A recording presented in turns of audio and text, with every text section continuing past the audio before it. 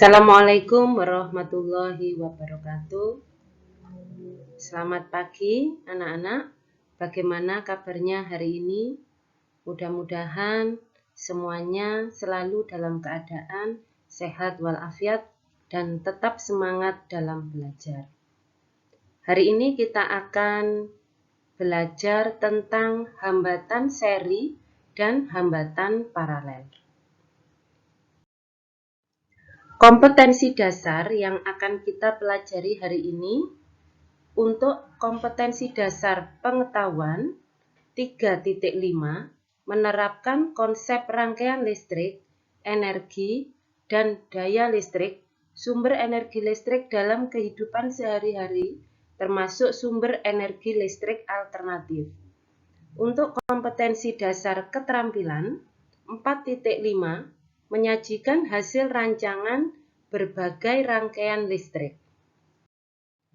Tujuan pembelajaran kita hari ini, yang pertama, memahami susunan hambatan seri dan hambatan paralel.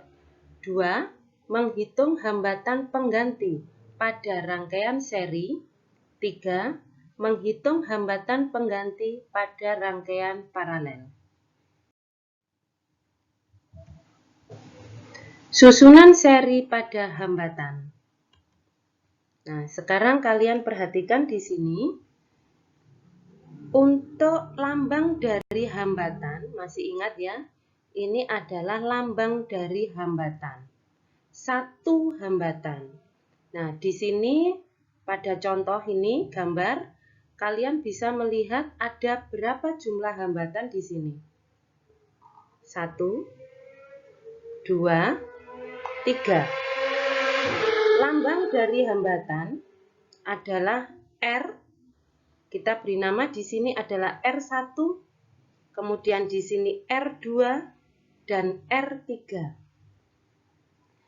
Titik A sampai ke titik B ini mempunyai beda potensial sebesar VAB. Kemudian pada ujung B sampai ujung C ini mempunyai beda potensial sebesar VBC. Dan begitu pula dengan ujung C sampai ke ujung D mempunyai beda potensial sebesar VCD. Nah, untuk hambatan seri, ini hambatannya disusun seperti ini. Sudah jelas ya? Nah, coba perhatikan gambar yang ada di bawahnya. Dari ketiga hambatan yang disusun seri, akan kita hitung berapa hambatan penggantinya. Nah, di sini adalah hambatan pengganti pada rangkaian seri, sehingga disimbolkan dengan RS. Dari 3 tadi, kemudian dihitung hambatan penggantinya, sehingga menjadi 1 hambatan. Untuk beda potensial yang tadi juga ada 3 di setiap ujung-ujungnya ini mempunyai beda potensial yang berbeda, kemudian dihitung untuk beda potensial dari ujung A sampai ujung D. Sehingga di sini beda potensialnya menjadi VAD. Bagaimana cara menghitungnya? Untuk VAD sama dengan VAB ditambah VBC ditambah VCD. Kemudian di sini untuk beda potensial masih ingat dengan hukum Ohm? Hukum Ohm yaitu beda potensial sama dengan kuat arus listrik dikalikan dengan hambatan.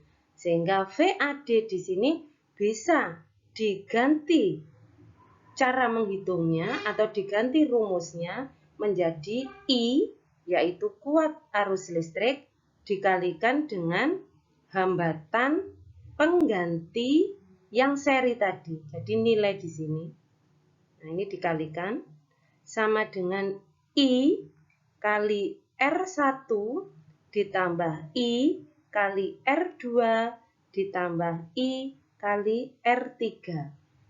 Masih ingat untuk hambatan seri? Jadi hambatan yang disusun seri mempunyai nilai arus listrik yang sama. Sehingga di sini I-nya nilainya sama. Nah, bagaimana cara menghitung hambatan pengganti pada rangkaian seri? Hambatan pengganti pada rangkaian seri sama dengan R1 ditambah R2 ditambah R3. Bagaimana? Sudah jelas untuk susunan seri pada hambatan beserta dengan cara menghitung hambatan penggantinya. Nah, kalau sudah jelas, kita lanjutkan lagi berikutnya, yaitu susunan paralel pada hambatan. Nah, sekarang perhatikan gambarnya. Untuk susunan paralel, hambatan ini disusun seperti ini. Jadi ini mempunyai cabang. Jelas ya, ini titik cabangnya di sini. Nah, di sini juga ada titik cabang. Untuk kuat arus, I yang masuk ke titik cabang, ini titik cabang, di sini akan terbagi menjadi 3, yaitu ada I1, ada I2, ada I3. Tetapi jumlah arus pada I1, I2, dan I3 jika dijumlahkan nanti akan sama dengan I, sesuai dengan hukum 1 Kirchhoff yang sudah kita pelajari minggu yang lalu. Kemudian kembali ke hambatan. Di sini untuk hambatan 1 ada R1, hambatan yang kedua ada R2, dan hambatan yang ketiga di sini ada R3. Nah, bagaimana jika ketiga hambatan yang kita susun secara paralel, kita jadikan satu atau kita beri hambatan pengganti menjadi satu hambatan di sini atau disimbolkan dengan RP, hambatan pengganti pada rangkaian paralel. Nah, ini untuk kuat arus listrik I sama dengan I1 ditambah I2 ditambah I3. Ini yang sesuai dengan hukum 1 Kirchhoff. Kemudian untuk menghitung I totalnya atau I keseluruhan, yaitu VAB itu di sini dari ujung A sampai ke ujung B, dibagi dengan hambatan pengganti pada rangkaian paralel. Kemudian I1 itu ada di mana? I1 ada di sini dengan R1, sehingga I1 sama dengan VAB dibagi dengan R1. Untuk I2 ada di sini dengan R2, sehingga VAB atau I2 sama dengan VAB dibagi dengan R2. Begitu juga dengan I3. I3 di sini, nah di sini beserta dengan R3, sehingga nanti kalau kita menghitung I3 sama dengan VAB dibagi dengan R3. Kenapa semuanya di sini VAB? Karena pada hambatan yang disusun secara paralel akan mempunyai beda potensial yang besarnya sama.